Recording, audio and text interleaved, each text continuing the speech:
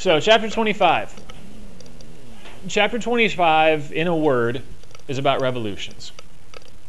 It's about revolutions all over the Western Hemisphere and even one back in Europe. And you know how usually in AP we talk about themes, characteristics that things have in common, stuff like that?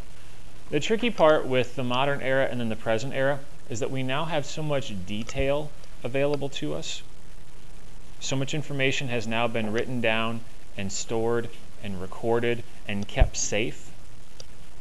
And we haven't had as much of a chance in the last couple hundred years to lose stuff the way that we have over the last 4,000. So there's more information. Now, the cool part about this is it really gives us a much clearer and better idea of what was happening at the time. The downside is, for you guys, there's a whole lot more to learn. So, breaking down the first slide into kind of a quick guide of where we're going. There are a number of revolutions that are taking place during the modern era. And what are the dates for the modern era?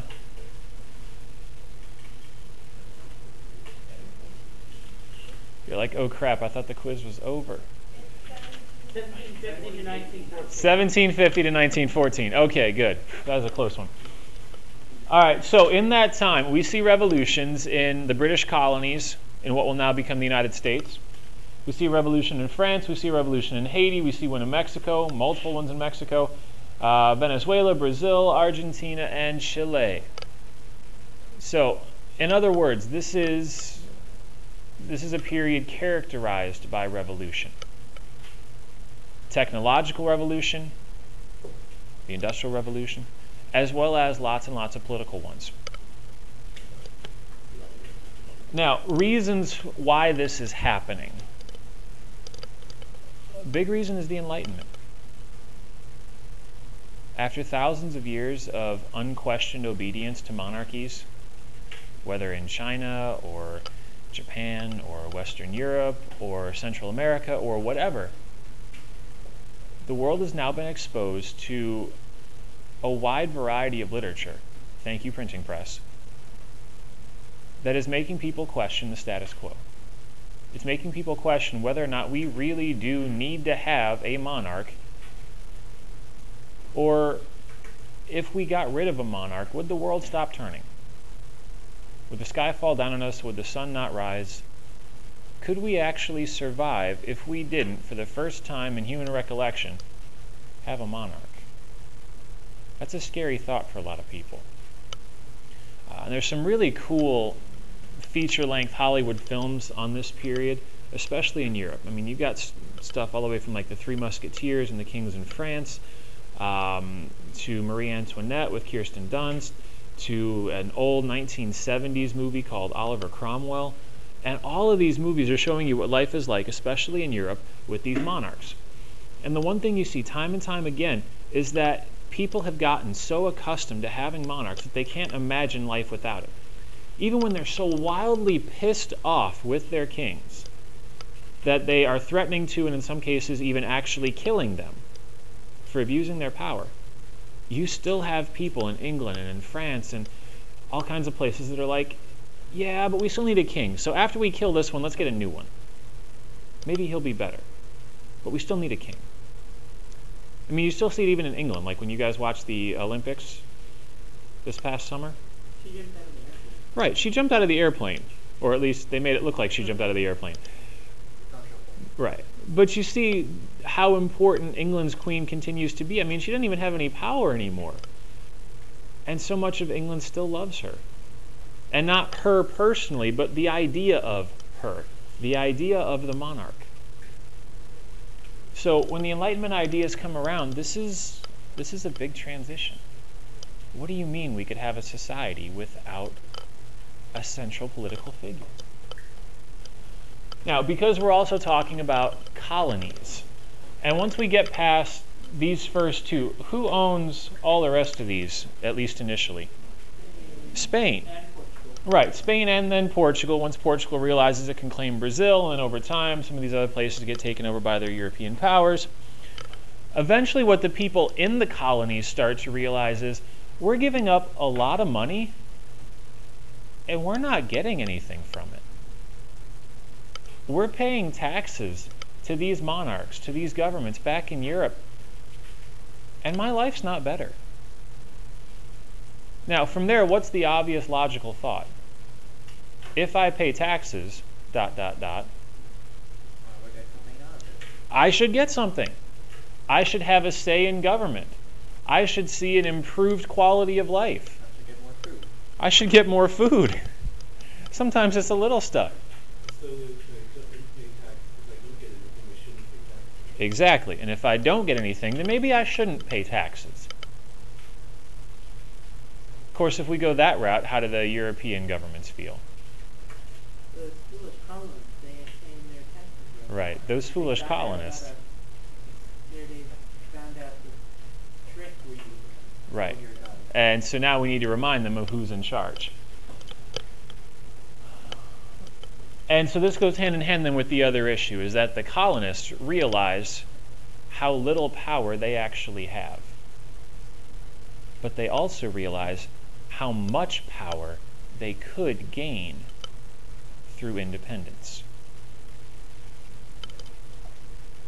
So once they decide to go that route, what do they want?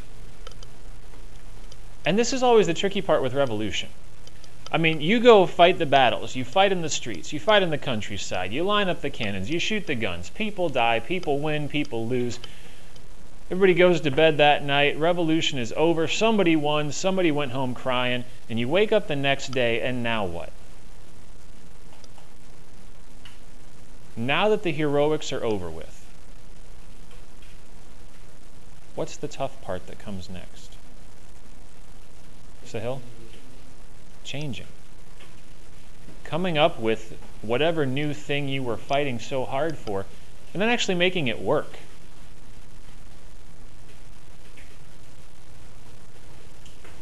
So we're going to need a whole new style of government. We know how to do monarchy. Monarchy is easy. We put one guy in power and we do what he tells us to do. But we don't like that. That's why we fought a revolution. We want representative government. We want a government that represents the people. Well, crap. What does that look like? How do we build it? Make everyone look the same. Okay. So one option is make everybody the same. Everybody has the same power. Well, now we have some problems with that because some people are more educated than others. Some people are more involved than others. Some people want to be involved and some people want to just be left alone. How do we run a government with all those people? We got all these new problems. What do we do with those? We also see, especially the colonies, they want to gain not just political independence, but they want economic independence. They want the freedom for their colony to trade with, to grow, whatever they want, whenever they want, however they want, for as much as or as little as they want. But again, with that freedom, with that change, comes a whole bunch of new problems. All right, so Spain's not telling us we have to grow sugarcane anymore. That's awesome. Yeah, go us. We win. Except, How do we get it? right, what do we do now? Do we still make sugarcane, but just because we want to? Do we stop making sugarcane just on principle? Well, if we do that, what do we make instead? How much do we make? Do we need to diversify? Should we focus on one crop? Do we need to farm at all? Should we try to indulge? I don't know. There's so many questions. Which is why you think about it before you start. Yeah, but that's the problem, is you think of the big idea. You think, all right, we want to get rid of a monarchy. We want a representative government. We want to take control of our economy. And there are so many issues that you can't think of until you've actually accomplished it. I was thinking more like a general, more than specific. Mm-hmm. Well, and you can think of the general parts of representative democracy. All right, well, we're going to only let the landed elite vote. So we're going to keep the power in the upper class. Or maybe we'll let everybody that owns any kind of land or property vote. That'll solve the problem. Maybe we'll think about letting women vote. Nah, I don't think we're ready for that yet. So, I mean, you can think through all those steps. But then once you actually get the ball rolling, you come across it's like if you're working on a car, or you're learning how to work on a car. They can teach you all the things that you're supposed to do when you take the engine apart, or when you change tires or install new brakes.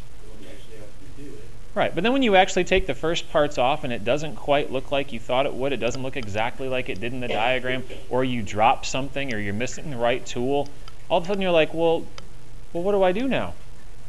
I couldn't think of this step because I didn't know this step existed.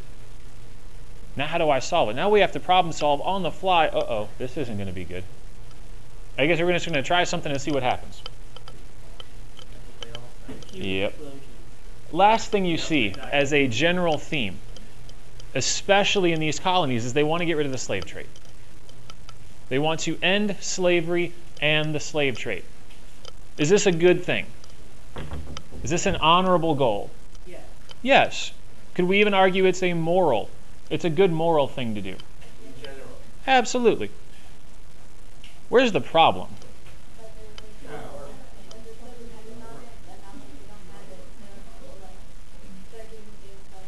Right. So problem one is they were so dependent on it that now if they're going to get rid of it, you again have to think up an entirely different way of running your economy. So that's problem number one. Somebody else over here had something, I thought. Maybe I'm hearing voices today. Nick? As shown in our revolution, our Declaration of Independence and Constitution, the people who had the slaves had a mental thing where they wanted to keep slaves because that's how they'd done it, and they really didn't want to do it any other way. Yeah. And so you even have the psychological issues of, all right, well, let's say we end slavery and we free the slaves. Where do they belong in society? You know, human beings love to rank things. They love to compete. They love to find out who's better and who's worse. So we're now emancipating a group of people that used to be the absolute bottom rung of society. Hey, you guys down there, you're all free now. Good job. So they're all looking up like, so what, are we all equal now? Yeah, I don't know about that. Why don't we just start with freedom and we'll take it from there. Again, all of these issues that come up, we've thought through the big ideas. We want our own government. We want our own economy. We want to run things ourselves. We want all people to be equal. Yeah, I don't know about that. It looks different now in the light of day. So let's run you through a couple of these things. This will make Nick happy. 2 lines on the American Revolution. And one of them is the title, American Revolution. The only reason we are talking about the United States at all is because they had a revolution, and that revolution served as an example that a colony could overthrow its European power. Now, once we get beyond that comparison, the United States really stops being a useful example, because the United States was a rather unique colony. It was a colony of Europeans controlled by Europeans. It wasn't a plantation colony. It wasn't an exclusively slave colony. It was a British colony occupied by a mix of Europeans, many of whom were well educated and wealthy and had been raised in Europe or exposed to European culture. And so while this revolution does prove that a colony can overthrow its mother country, the United States doesn't really look a whole lot like other places in the Western Hemisphere. Right. Nick, you had a question? Okay. Okay. And remember, we took some of the luster off the glory of the American Revolution because we found out who else were the British fighting at the same time. They were fighting in India, they were fighting in the Caribbean, they were fighting against the French. So we kind of got their JV squad. And we still had to have the French help us in order to win. So it wasn't necessarily the shining example of a successful revolution that we might like to think it was. Now, speaking of the French, here is the French Revolution in 4 bullet points, which I think is fairly impressive, all things considered. Well, here's what we could do sometime during Flex. I actually have a 20-minute version of The Rise and Fall of Napoleon. It's teacher funny. So we could always run through that at some point and give you a little bit more of an idea of what Napoleon's life was like and why it had such an impact in Europe. David? I remember hearing that Napoleon crossed the Red Sea because at the bottom of the coast of the there to be some frogs and push the water across. Is that true? I have no idea. Okay. I've not heard that one way or the other. I don't know. I just heard that from Beats me. We can find out, though. All right, so as far as the French Revolution goes, the American Revolution proves that a revolution by a colony is possible. The French Revolution provides another example of a revolution that is fought because of Enlightenment ideas. You know, one of the big rallying cries in the American Revolution is life, liberty, and what? The pursuit of happiness. And I think I told you this. We got that idea from John Locke, who was talking about basic human natural rights, life, liberty, property. In the French Revolution, their big slogan is liberty, equality, and fraternity, brotherhood. Same basic ideas. Same demand for fundamental human rights. Now, what's the difference between this and this in terms of who's fighting? In terms of who's fighting? Sahil?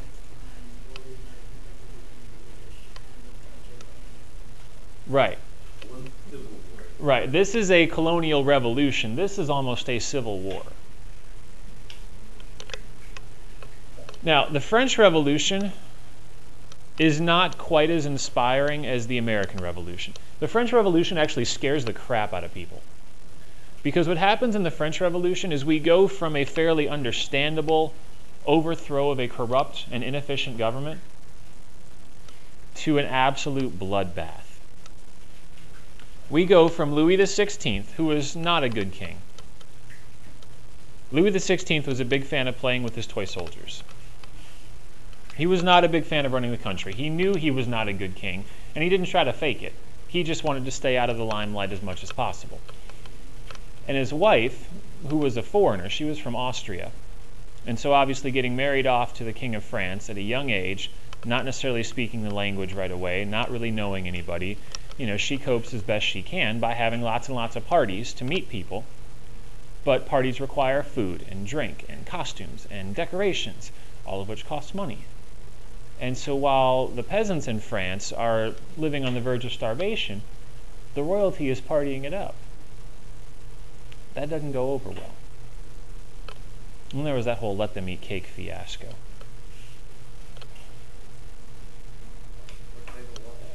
Oh, okay. So Marie Antoinette allegedly said at some point in response to peasant protests that the peasants didn't even have bread to eat, which would be the most common staple of your diet because you grow wheat. So if you can't even have bread, you're really starving. She allegedly responds to that complaint with, "We'll let them eat cake." Nick? Cake? Did she mean actual cake? Or She meant actual cake. Hard biscuit? She meant actual cake because in her mind she couldn't fathom not having food. And so in her mind the peasant complaint of we don't even have bread just meant like I go to the pantry, there's shelves and shelves of food, I just don't happen to have a loaf of bread. And so she's like, well, you stupid peasants, eat something else. Do you really need me to explain this to you? If you don't have bread, eat cake, eat whatever. Totally missing the fact that when the peasants are saying we don't have bread, what they mean is we ain't got no food. So we go from a very understandable revolution against the king and the queen to an absolute bloodbath throughout France. A man by the name of Robespierre, who belonged to, I guess we could call it the middle class. You've heard the word bourgeoisie before? Okay. He was a member of the bourgeoisie.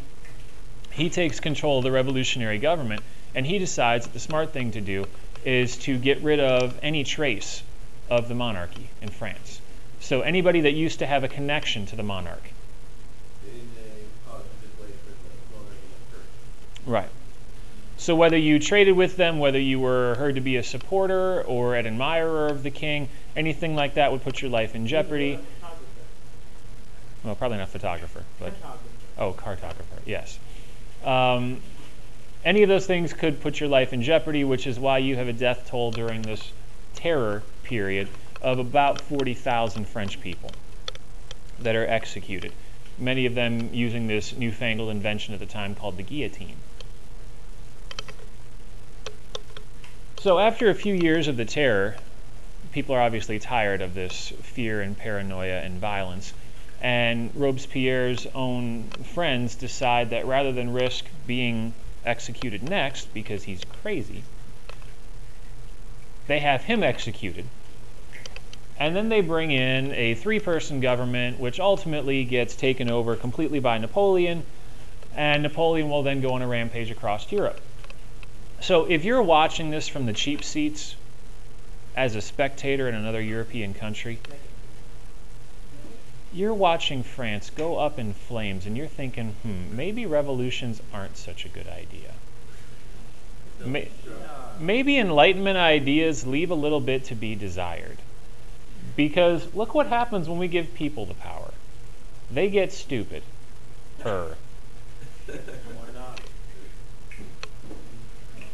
Now, there are some side effects to this French Revolution that nobody realizes at the time. And one of those side effects is, especially because of Napoleon running rampant all over Europe, Europe's hold on its colonies gets jacked up. Spain gets invaded by Napoleon. He actually puts his brother on the throne, Joseph. He was all right, but the Spanish people hated being ruled by what they viewed as a Frenchman. He was actually from Corsica, but we quibble. So if Spain is being taken over and the government is being made ineffective, what happens to all of Spain's colonies? They get disconnected from their home country. Now, this could be viewed as one of two ways. This could be viewed as you go home and your parents don't show up, and now you panic. Who's going to feed us? Where's the money going to come from? Who's going to do the dishes? Or this could be taken as the parents didn't show up. We can do whatever we want. And you're going to see both of those things take place throughout Spain's colonies. Now, same thing is going to happen because England, well, Napoleon attempts to invade England. It doesn't go well. He invades any number of other European countries. And so Europe's hold over its colonies gets messed up. When Napoleon's finally defeated and exiled, and then oops, he comes back and he raises a new army, and then he gets defeated again and he gets exiled further away and then poisoned. Once he's now gone, this causes the remaining powerful European nations, England, Russia, Austria, Prussia, to get together a little meeting called the Congress of Vienna and say, all right, how do we put Europe back together after all this? What do we do? Well, what we need to do is we need to bring back the good old days when we had a monarch and these stupid Enlightenment ideas weren't around, and the smart, educated, rich people controlled all the poor, dumb, stupid people. Those were the good old days, weren't they? And so they try to usher back in a period of conservative political ideology. That is only going to lead to more revolutions. So, next class we're going to run you through a couple other quick examples. We'll take 30 seconds to talk about Haiti. We'll talk about Mexico. We'll talk about Brazil. The rest of it, unfortunately, is probably going to be up to you. And then we're going to spend the last 30, 40 minutes talking about the changeover time essay. Any quick questions? Nick? That's the picture of the Strong and the Bastille. Yeah. What